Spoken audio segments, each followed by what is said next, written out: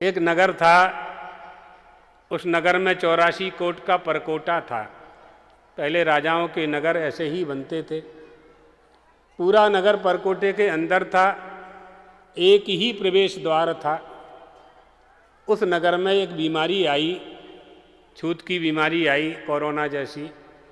एक दूसरे को स्पर्श करने से बीमारी लग जाती थी। लोग बड़ा छुआछूत पर आक्षेप करते थे पहले, कोरोना के बाद अपने आप सुधर गए। ये सब व्यवस्था है, ये किसी को नीचा ऊंचा दिखाने के लिए नहीं है। ये जीवन जीने की व्यवस्था है, कला है। नहीं माना, अब डॉक्टर ने कहा दूर रहो। आता था ना टीवी में, 1 फुट की दूरी, 2 गज की दूरी है जरूरी। क्यों कह रहे हो? हम लोगों से तो कहते थे। हम लोग जब पैर नहीं पड़ने देते तो लोग आक्षेप करते हैं, हमको छूने नहीं देते। अब डॉक्टर ने कहा कि दूर दूर हाथ नहीं मिलाओ। हाथ मिलाना बंद हो गया। क्यों बंद किया?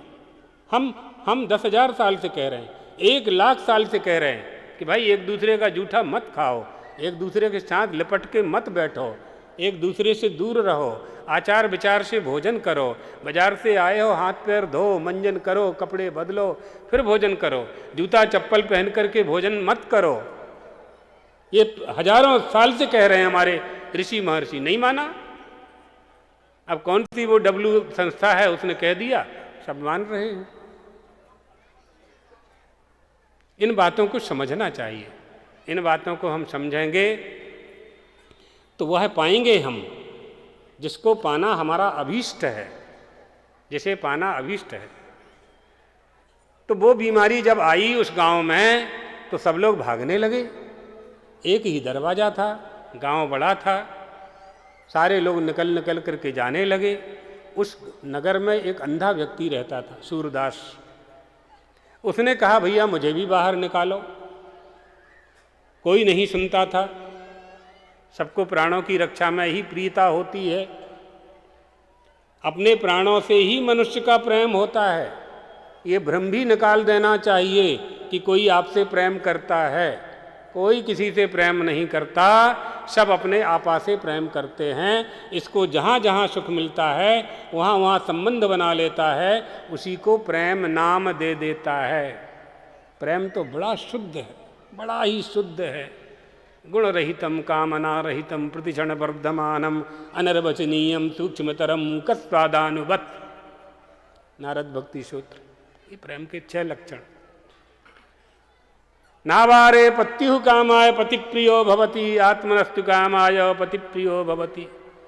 हरि मैत्रेयी, कोई किसी से प्यार नहीं करता, सब अपने आपा से ही प्रेम करते हैं।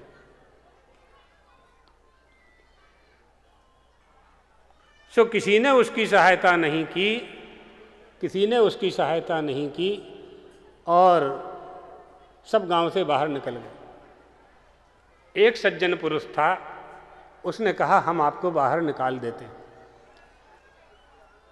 तो उसने क्या किया कि सूरदास को दीवाल पकड़ा दी और कहा कि देखो आप धीरे धीरे चलोगे तो मैं निकल नहीं पाऊंगा, इसलिए आप दीवाल का सहारा ले लो और दीवाल का सहारा लेकर के चलते रहो। जहाँ दीवाल ना हो उसको द्वार समझ करके बाहर निकल जाना। सूरदास ने कहा ठीक है। दीवाल पकड़ी, सूरदास चलता गया।